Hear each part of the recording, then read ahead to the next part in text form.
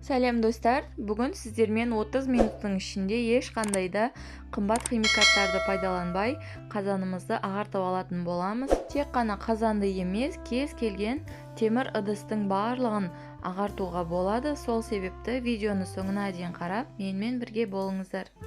Ең алдымен үлкен ыдысқа толтырып су құйып, қайнатып аламыз.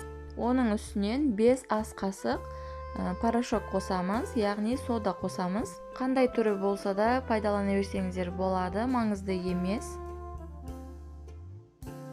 Тағы да 5 ас қасық ас содасын қосамыз, яғни орысша айтқанда чайный сода қосамыз. Ас содасын көбірек қоса берсеңіздер де болады, жақсы ағартады. Енді осындай үкіштен өткізілген кір сабынды қосып аламыз.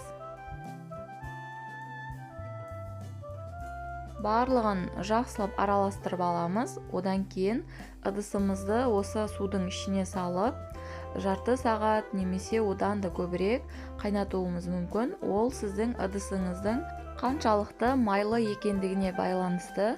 Егер де ыдысыңыз өте қатты майлы, яғни көп уақыттан бері жуылмаған болса, көбірек қайнатасыздар. Егер де ыдысыңыз енді ғана майланып жатқан болса, жарты сағат немесе одан да аз уақытта қайнатып, ағартып алуға болады.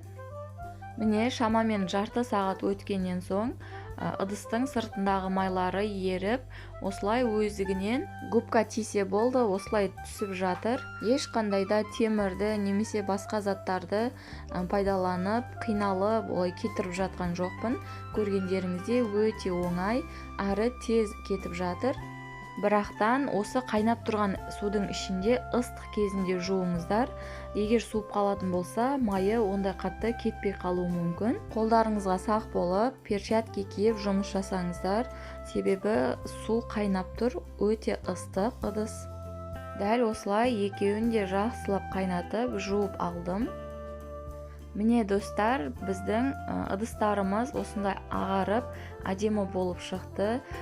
Шамамен 1,5 сағаттай уақыт кетті екеуіне. Осы кезге дейін қазандарды, осындай ыдыстарды ағартыру үшін көптеген қымбат немесе арзан түрлі химикаттарды пайдаланып көргенмін, бірақтан бұндай эффект бермейтін. Ал мынаны бірінші рет жасағанның өзінде осындай күшті болып шығады.